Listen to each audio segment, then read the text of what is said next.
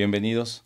Hoy, en esta clase de hermenéutica de la Escuela Bíblica Esdras, estaremos hablando acerca del lenguaje figurado. Y el lenguaje figurado es conocido como figuras literarias, o también llamado figuras retóricas o tropos. Así que estaremos hablando acerca de este tema el día de hoy. El lenguaje figurado también debe considerarse como parte del análisis lingüístico.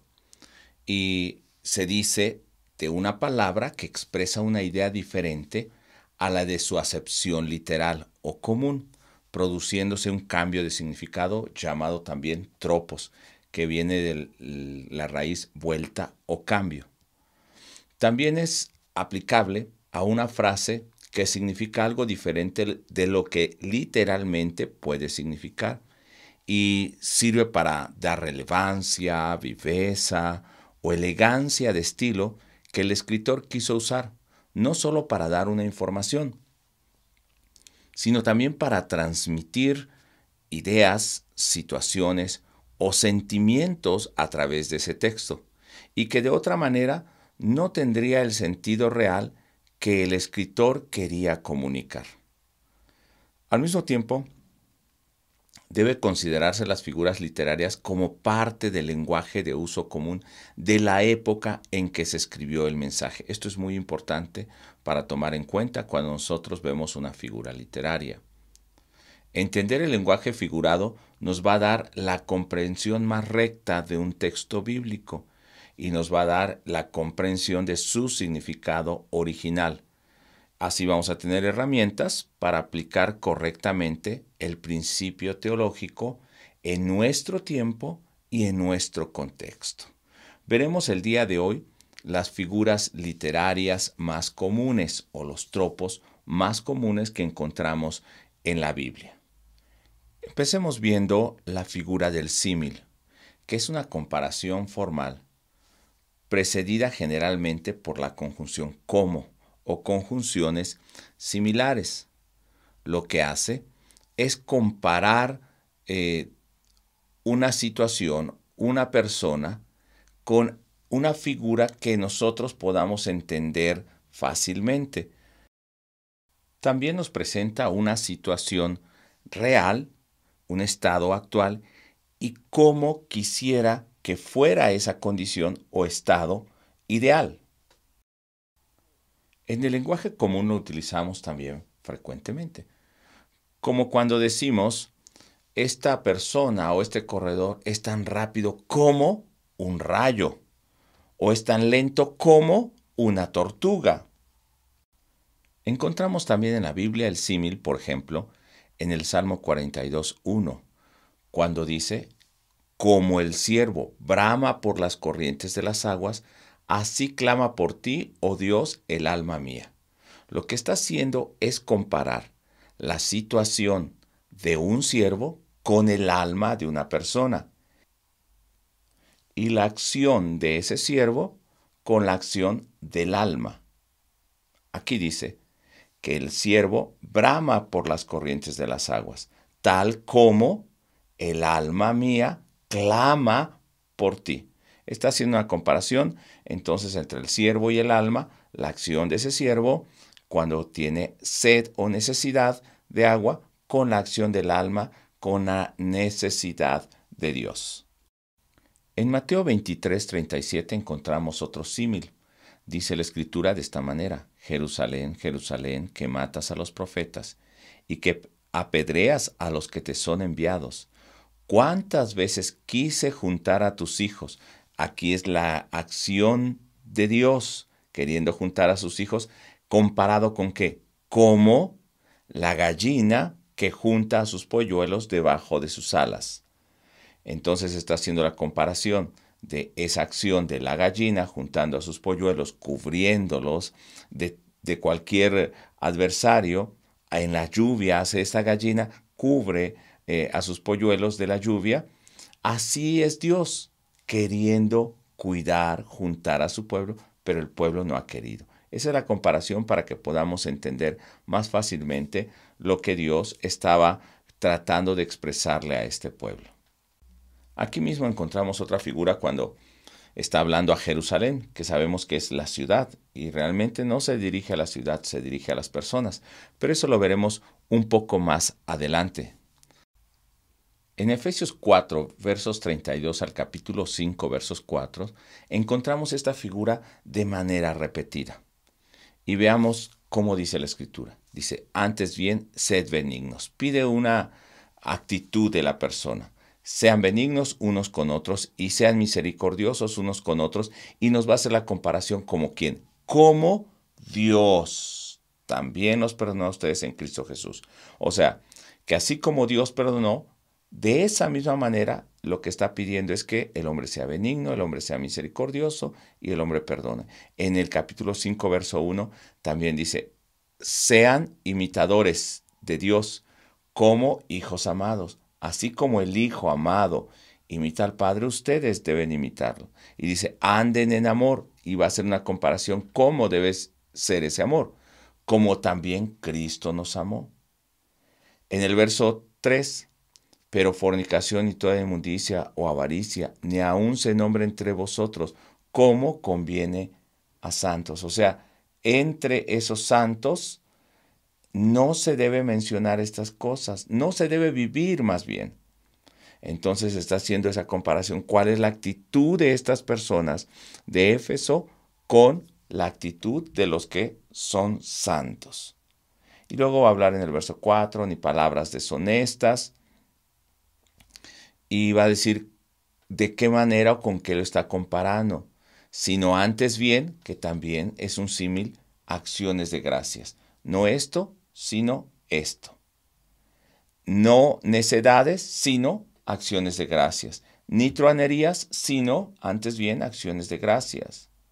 Entonces, el símil va a ser una comparación entre dos actitudes, dos figuras, que nos van a hacer más fácil entender el mensaje que el escritor original quiso dar. Ahora, hablemos también del uso de este símil. El uso del símil es muy común y abundante en el Antiguo Testamento como en el Nuevo Testamento. Y tiene una interpretación relativamente fácil, porque vamos a tener esa conjunción o esas conjunciones parecidas que nos van a estar comparando entre una figura o una condición con otra figura u otra condición. Va a contrastar las dos acciones o condiciones, o va a presentar el ideal de la situación o condición requerida por el escritor de ese texto. Un error muy común en el símil, al querer interpretar, es no profundizar en su contenido por la facilidad que tiene esta figura, o querer hacer decir al símil más de lo que realmente el escritor quiso transmitir en ese texto. Y llegamos al punto, en ocasiones, de alegorizar el mensaje que se estaba dando. Veamos un ejemplo. En Mateo capítulo 17, verso 2, dice que Jesús se transfiguró delante de ellos y resplandeció su rostro como el sol, y sus vestidos se hicieron blancos como la luz. Está usando este símil. Un error al entender el símil en este pasaje sería querer buscar los atributos físico-químicos del sol o de la luz y querer atribuirlos a ese acto de la transfiguración en ese momento. Entonces tengamos mucho cuidado en la interpretación del símil, aunque sea una figura muy sencilla. También encontramos la figura de un símil implícito, que no va a usar la conjunción como, y va a ser directa. Esto lo vemos en Proverbios 25, versos 4 al 5, cuando va a ser en los dos versos una comparación. En el verso 4 dice, quita la escoria de la plata y saldrá alhaja del fundidor. Verso 5, aparta al impío de la presencia del rey y su trono se afirmará en justicia. Veamos aquí cómo está el símil. El quitar las escorias de la plata es como apartar al impío de la presencia del rey, aunque no utiliza la conjunción como o alguna otra conjunción. Y entonces, si se quita la suciedad de la plata, ese metal queda limpio y saldrá alhaja al fundidor. Será algo útil, será limpio. De la misma manera, en el verso 5, cuando se aparta al impío de la presencia del rey o la influencia de ese impío en el rey, dice que su trono se afirmará en justicia. Quiere decir que, que no hay justicia por la presencia de impíos delante del rey o los gobernantes. Igual como en una alhaja o en un metal precioso no es del todo útil porque hay escorias o suciedad en él y no se puede utilizar para una alhaja. Es una comparación sin utilizar la conjunción el cómo. Esto se llama un símil implícito. Pasemos ahora a la figura de la metáfora. Es muy parecido al símil, pero tiene sus pequeñas diferencias. Y la metáfora es una comparación implícita que no se expresa formalmente como lo hace el símil. Es directa y tiene más fuerza. Da un nombre a algo que es diferente. Va a mostrar una semejanza entre dos cosas muy distintas. En Génesis 49:9 encontramos una metáfora. Cuando dice, cachorro de león, Judá, de la presa subiste, hijo mío. Realmente no es un cachorro de león. Se está refiriendo a la tribu de Judá, pero lo está comparando con esa figura, como si fuese un cachorro de león. Y luego le va a dar los atributos precisamente de ese cachorro de león. Se encorvó, se echó como león, así como león viejo. ¿Quién lo despertará? Se refiere a Judá, pero quiere darle esas características como de un león. Otro ejemplo lo vemos en Amós capítulo 4, verso 1. Oíd esta palabra, vacas de Basán, que estáis en el monte de Samaria, que oprimís a los pobres y quebrantáis a los menesterosos, que decís a vuestros señores, traed y beberemos. ¿Se está refiriendo a las vacas de Basán, de ese lugar? Definitivamente no. Y luego nos dice que se está refiriendo a las personas que están en el monte de Samaria, que es la capital de Israel del norte. ¿Y qué hacían estas personas? Oprimían a los pobres y quebrantaban a los menesterosos.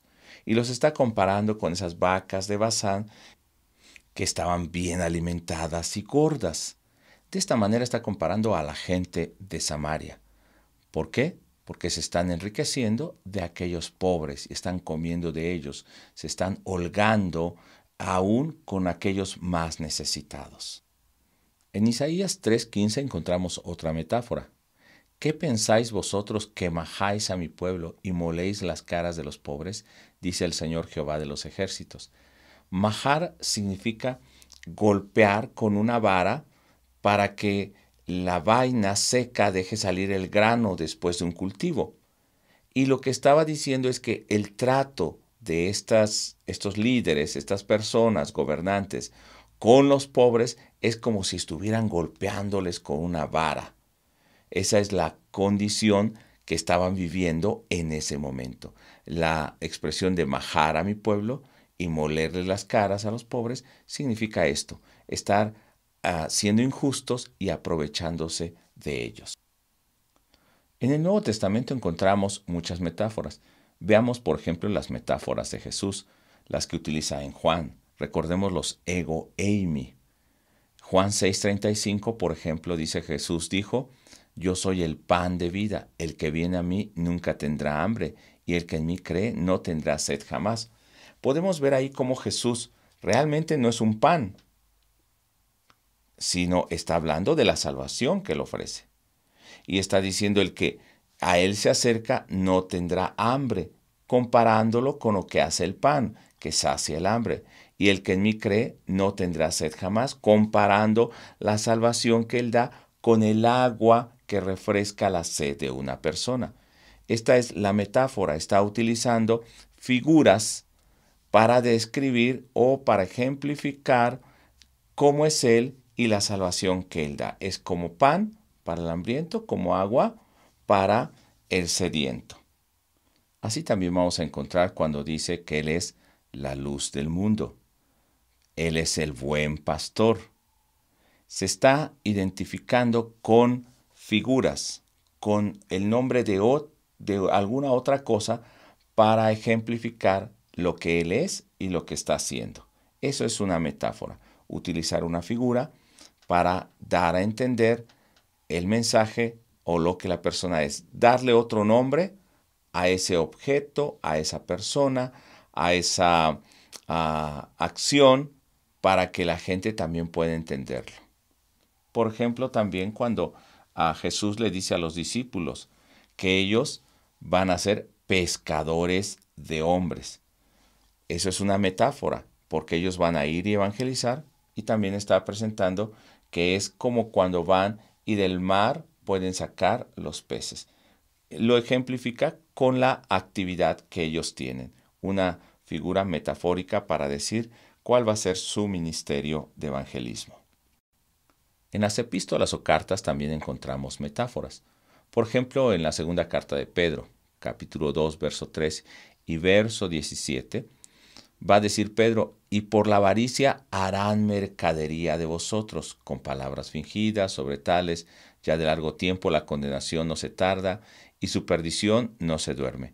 Estos son fuentes sin agua y nubes empujadas por la tormenta, para los cuales la más densa oscuridad está reservada para siempre. ¿Dónde encontramos la metáfora? Está hablando realmente de los falsos profetas. Pero esos falsos profetas en el verso 3 los está comparando con mercaderes por la avaricia, por la forma en que se expresan estas personas para vender y sacar el dinero a los compradores. Así son los falsos profetas. Y también en el verso 17 los está comparando como una fuente sin agua o nubes empujadas por la tormenta. ¿Qué es una fuente sin agua?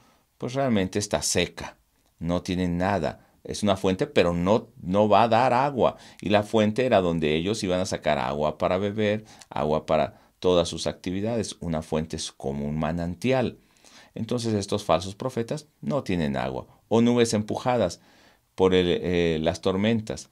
Esto quiere decir que la nube no va a soltar su lluvia. O sea, el aire se los lleva y estas nubes no van a derramar su lluvia. Así son estos falsos profetas. No tienen agua, no pueden producir nada, son llevados para donde el viento las quiere llevar o conforme a la situación, estos falsos profetas cambian.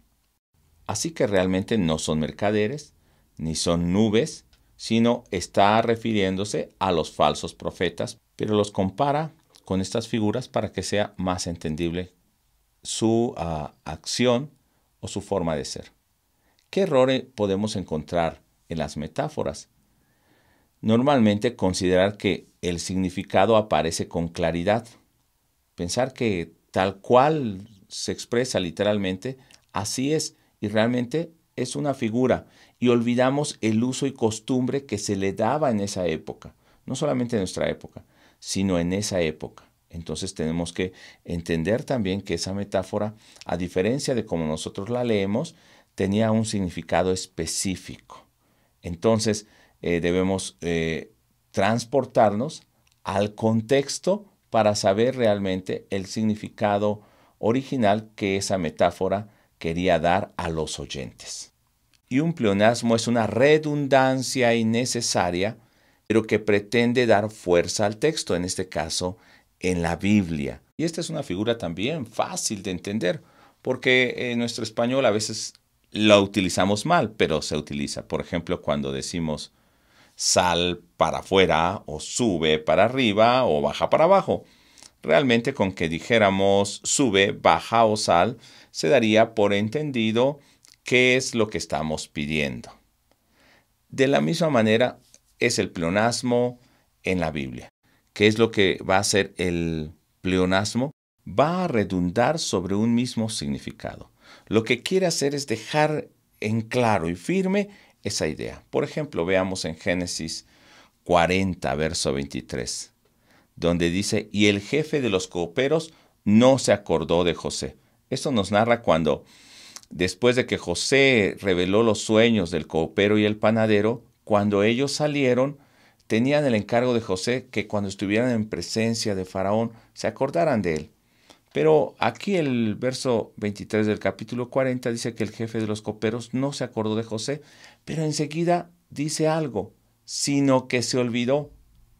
Esto no era necesario escribirlo, solamente con que dijera se olvidó de José o no se acordó de José era suficiente.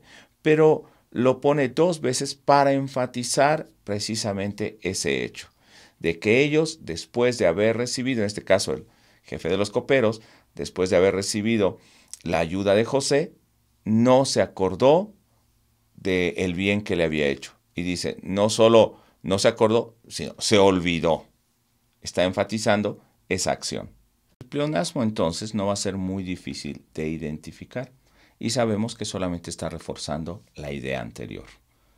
Pasemos ahora a la hipérbole.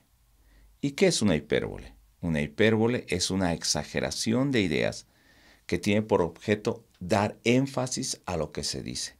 No se debe entender como una mentira, sino solamente como un énfasis que es evidente para darle la exageración a la idea y se puede entender. Es como cuando una persona le ha pedido a otra alguna cosa y esta persona no ha respondido o necesita volverle a decir 1, 2 o 3 veces, y para recalcar que ya se lo ha dicho esas tantas veces, le dice, te lo he dicho 1000 veces o 1.000.000 de veces. Y claro que no es cierto, no se lo ha dicho 1000 veces ni 1.000.000 de veces. Lo único que está diciendo es que le ha dicho tantas veces esto que no necesitaría pedírselo de nuevo. Está exagerando la forma de decirlo para enfatizar la repetición de las veces que ha solicitado algo. El enamorado le dice a la novia, te bajaré el sol, la luna y las estrellas, o te quiero de aquí hasta la luna. Eso es una exageración. Lo que quiere decir es que la ama mucho, sencillamente. Veamos algunos ejemplos de hipérbole en la Biblia. Juan capítulo 21, verso 25 es muy conocido precisamente por esta hipérbole, esta exageración. Y dice así, hay también otras muchas cosas que hizo Jesús, las cuales si se escribieran una por una, pienso, dice Juan, que ni aun en el mundo cabrían los libros que se habrían de escribir. Claro, esta es una exageración.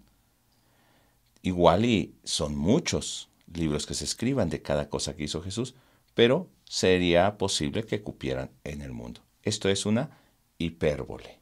Y busca decir que hay muchas otras cosas que hizo Jesús, pero que no escribió Juan, sino solamente aquellas que consideró importantes.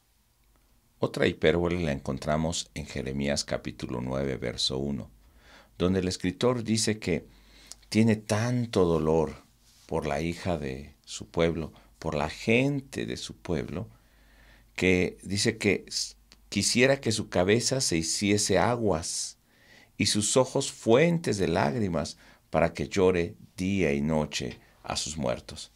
Realmente es una exageración que sus ojos puedan ser fuentes de lágrima.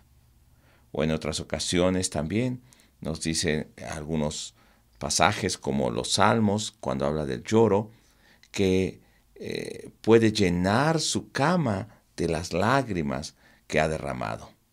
Otra hipérbole la encontramos en Mateo 7, verso 3, cuando, hablando del juzgar, Jesús dice, ¿por qué miras la paja que está en el ojo de tu hermano? Y está hablando por qué miras los defectos a tu hermano, que es como una paja pequeña, y no echas de ver la viga que está en tu propio ojo. Esto es algo imposible. No puede caber una viga en el ojo de la persona. Es mucho más grande.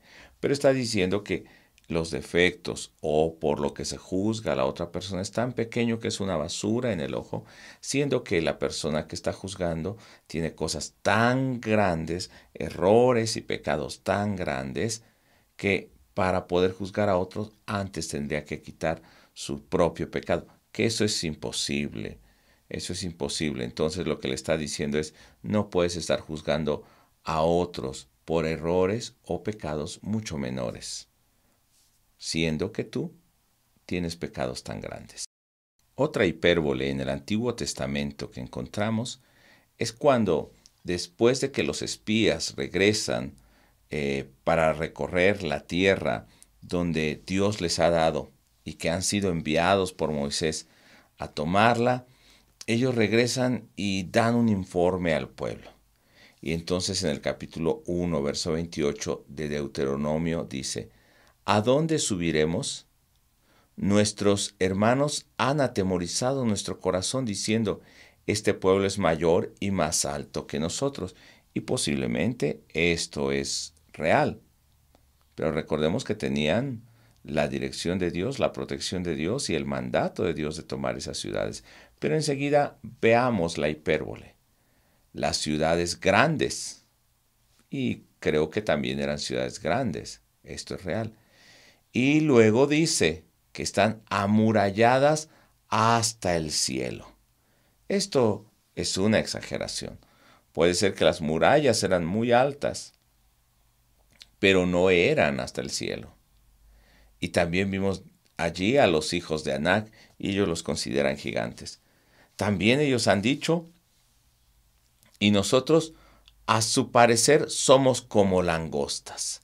También esta es una hipérbole, aunque está hablando de que son muy pequeños, pero es una exageración comparando a su pueblo, a Israel, con las otras naciones, a su poder con el poder militar de las otras naciones, que está llegando al punto de exagerar las murallas, la estatura de esas personas, que ciertamente podrían ser altas, y ellos considerándose tan pequeños. Estas son las hipérboles, exageraciones que se encuentran escritas en la Escritura. No son mentira como tal, pero sí son exageraciones que quieren enfatizar o que quieren resaltar algún hecho. En este caso que acabamos de ver, la grandeza de esas murallas o lo grande de las personas o bien preparadas que estaban esas ciudades para enfrentar a un enemigo como Israel.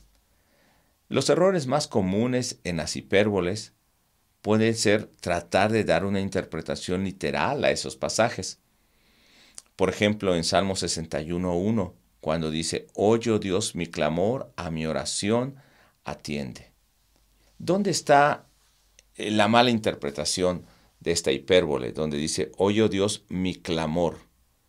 Y algunos traducen esto como clamor, como llanto, como grito.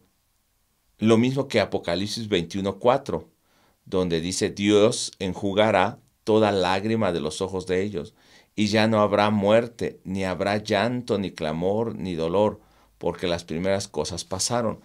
Aquí no hay una exageración como tal, pero unas personas a mí me decían de cierta fe o creencia sectaria, que ellos tendrían que predicar y orar haciendo lo que dice la Biblia, en este caso lo que decía el salmista, que su oración sea como un clamor, siempre tiene que ser con gritos, con llantos, porque si no, Dios no atiende a la oración.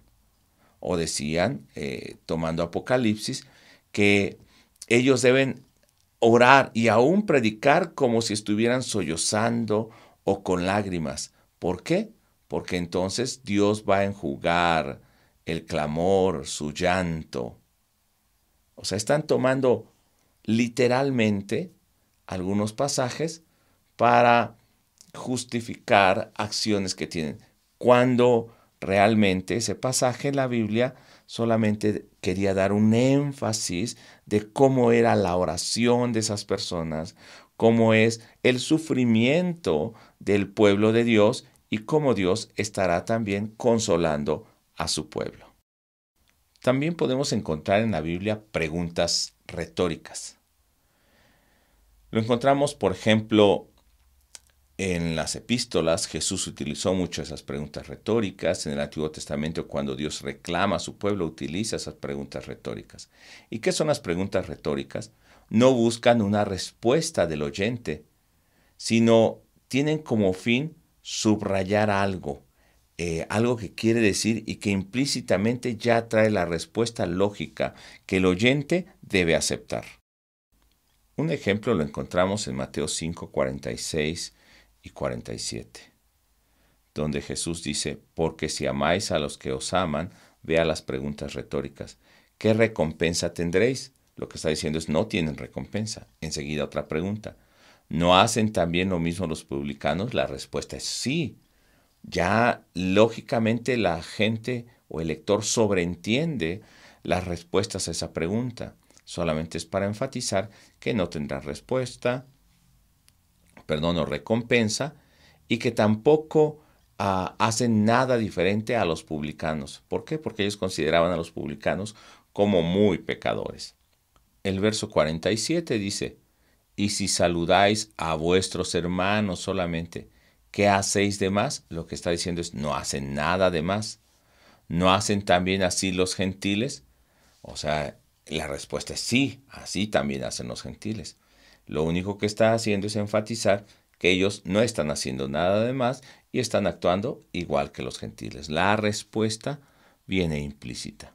En Mateo 6, 27 también nos dice, ¿y quién de vosotros podrá, por mucho que se afane, añadir a su estatura un codo? La respuesta es lógica e implícita. Nadie puede hacer esto. Es una pregunta retórica que incluye en sí ya una respuesta y no está esperando la respuesta del lector. Pablo utiliza estas preguntas retóricas muchas veces. Por ejemplo, en Romanos 6, cuando dice en el verso 1, ¿qué pues diremos? ¿Perseveraremos en el pecado para que la gracia abunde? La respuesta lógica es no. Y él lo vuelve a afirmar, en ninguna manera, porque los que hemos muerto al pecado, da una afirmación y enseguida una pregunta, ¿cómo viviremos aún en él? Nos está diciendo no se puede. Ya la respuesta está implícita y no está esperando una contestación del lector. Verso 3, ¿o no sabéis que todos los que hemos sido bautizados en Cristo Jesús, hemos sido bautizados en su muerte? O sea, ahí mismo está la respuesta. Los bautizados han sido bautizados en su muerte. Así igual el verso 15 de ese mismo capítulo dice que pues pecaremos porque no estamos bajo la ley, sino bajo la gracia.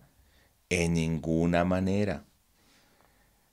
¿No sabéis que si os sometéis a alguien como esclavos para obedecerle, sois esclavos de aquel a quien obedecéis, sea del pecado para muerte, o sea de la obediencia para justicia? Está diciendo, claro que ustedes saben que alguien que se somete es esclavo. Y ustedes entonces no deben permanecer bajo la esclavitud de la ley, sino bajo la gracia. Ya la misma pregunta trae la respuesta y no está esperando que el lector dé una respuesta diferente a lo que el autor original quiso decir. Pasemos a la figura literaria de la sinécdoque, y es cuando el escritor apunta a una parte por el todo o el todo por una parte. Mencionar o designar a un todo por el nombre de sus partes o viceversa. También se usa en singular para abarcar el universo de las cosas o el plural cuando se refiere a casos específicos. Un ejemplo lo encontramos en Nahum capítulo 2 verso 12, cuando dice, hablando en singular, que el león arrebata en abundancia para sus cachorros y ahogaba para sus leonas y llenaba de presa sus cavernas y de robo sus guaridas. Aquí no se está refiriendo evidentemente a un solo león, sino a toda la especie de leones que actúan de esta manera. Y claro, lo está comparando con personas, pero en este caso, usando a un león, está hablando que así es toda la especie de leones. Lo mismo va a decir acerca de la cigüeña, del asno, de varios animales. De esta manera lo utiliza en la Biblia, utilizando la sinécdoque, utilizando una parte por el todo o mencionando a un todo cuando solamente es una de las partes. También dice Jeremías capítulo 8, verso 7, aún la cigüeña en el cielo conoce su tiempo. Aunque se refiere a una cigüeña, es un genérico para hablar de toda la especie. Y la tórtola y la grulla y la golondrina guardan el tiempo de su venida, pero mi pueblo no conoce el juicio de Jehová. Está hablando de estos animales en singular, pero se refiere a que las especies tienen una ley, tienen un comportarse ya determinado, pero el pueblo de Dios no lo tuvo así. Entonces está tomando solamente una de las partes por el todo. La sinécdoque también utiliza el todo o el universo para describir alguna de sus partes. Por ejemplo, cuando Pablo en Romanos 15:19 dice, con potencia de señales y prodigios en el poder del Espíritu de Dios, de manera que desde Jerusalén y por todos los alrededores hasta Ilírico, todo lo he llenado del Evangelio de Cristo. Esa expresión, todo lo he llenado del Evangelio de Cristo, está tomando como si realmente todos los lugares estuvieran llenos del Evangelio de Cristo. Pero lo que quiere decir es que ha predicado mucho en muchas partes, pero no es literal que todo esté lleno del Evangelio de Cristo, ni que todos hayan recibido el Evangelio de Cristo, sino que Él ha predicado en muchos lugares, o podríamos decir en la mayor parte de los lugares grandes o conocidos donde se puede dar a conocer el Evangelio. Pero Él está generalizando, tomando como un todo, aunque solamente sea una de sus partes. En Hechos capítulo 2, verso 31, vemos también otro ejemplo de sinécdoque, donde dice así, viéndolo antes, habló de la resurrección de Cristo, que su alma no fue dejada en el Hades, ni su carne vio corrupción. Preguntémonos aquí, ¿solamente su alma no fue dejada en la tumba? ¿Solamente su carne no vio corrupción? Realmente no. Está hablando de todo su cuerpo, de la resurrección completa de Jesucristo. No solamente resucitó su carne, sino todo es la resurrección. Su carne, su cuerpo, sus huesos. De la misma manera está tomando solamente la parte de la carne para describir la resurrección física de Jesucristo. Un error en la sinécdoque o al entender la sinécdoque es tomar ese escrito, esa figura literaria de manera textual o darle un carácter específico a algo que es general o viceversa. Algo general, transportarlo a algo específico cuando no era la intención del autor original y del texto que estamos estudiando. Un ejemplo lo encontramos en Isaías 2:4, cuando dice, y juzgará entre las naciones, y reprenderá a muchos pueblos, y volverán sus espadas en rejas de arado, y sus lanzas en hoces. No alzará espada nación contra nación, ni se adiestrarán más para la guerra. No significa que literalmente todas las armas de guerra no se usen más para ese fin, sino está hablando de manera general y está expresando cómo para el pueblo de Dios o cómo la restauración se sentirá en ese pueblo de Dios. Aquí precisamente está hablando de la venida del Mesías, del reinado del Mesías en esos postreros tiempos donde será confirmado Israel, la casa de Dios como principal y donde las naciones vendrán y vendrán a buscar a la casa de Dios la enseñanza y a caminar en sus caminos. A eso se refiere. Esta figura entonces nos está diciendo que de esta manera se entenderá como si todas las armas de guerra ya no se usaran más para la guerra. Cuando una persona va a la casa de su novia para casarse, dice que va a pedir la mano y realmente no va a pedir la mano. Es un compromiso para casarse y para estar juntos. Pero es una expresión, está utilizando la mano como una expresión de un compromiso y de un matrimonio. Un ejemplo lo encontramos también en Génesis 6:17, cuando Dios dice que trae un diluvio de agua sobre toda la tierra para destruir toda carne en la que haya espíritu de vida debajo del cielo. Todo lo que hay en la tierra morirá. Y ciertamente acabó ese diluvio casi con toda la humanidad, con todo ser viviente, pero si vemos a Noé, su familia y los animales que se salvaron en el arca, aunque está diciendo que es sobre toda la tierra, todavía queda una parte que no abarca ese universo. Entonces, esto es una sinécdoque también. Pasemos ahora a la metonimia.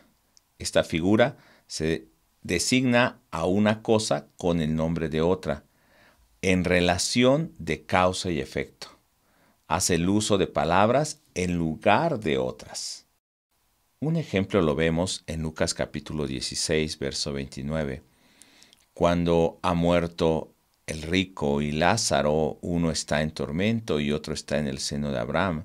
Y cuando el rico allá en el tormento pide a Abraham que mande a Lázaro para hablarle a sus hermanos para que no vayan a ese lugar de tormento, Abraham le dice: a Moisés y a los profetas tienen, óiganos. Esta parte es muy parecida a la sinécdoque, pero la metonimia empieza a partir donde dice que a Moisés y los profetas, hablando de todo el Antiguo Testamento, tienen, óiganos, que debe haber esa relación, a diferencia de la sinécdoque, debe haber una relación de causa y efecto. Ahora, entonces, esos escritos de Moisés y los profetas, que es el Antiguo Testamento, tienen que oírlos, tienen que obedecerlos. Realmente tendría que ser la expresión completa. En Génesis 6:12 también vemos una metonimia en relación con toda la carne que se había corrompido yendo sobre su propio camino en la tierra. Entonces, ¿eso qué causó? Que la tierra estaba corrompida cuando Dios ve esa tierra. Entonces, la forma de vivir, la desobediencia de esos hombres, en este caso, en lugar de carne, está hablando de los hombres, ¿qué habían hecho? Habían corrompido su camino. Y esto es lo que había causado que la tierra estuviera corrompida. Pablo también en Romanos capítulo 3, verso 30 nos dice: porque Dios es uno, y Él justificará por la fe a los de la circuncisión, y por medio de la fe a los de la incircuncisión, refiriéndose a aquellos de la circuncisión como los judíos, y los de la incircuncisión como los gentiles, y está diciendo que son justificados por fe, tanto judíos como gentiles.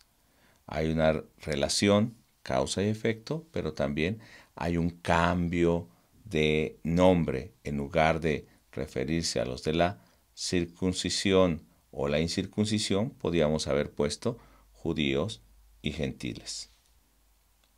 Hablemos ahora de esta figura que se llama ironía. Y la ironía se pretende dar a entender lo contrario a lo que se dice, exponiendo un absurdo en el caso.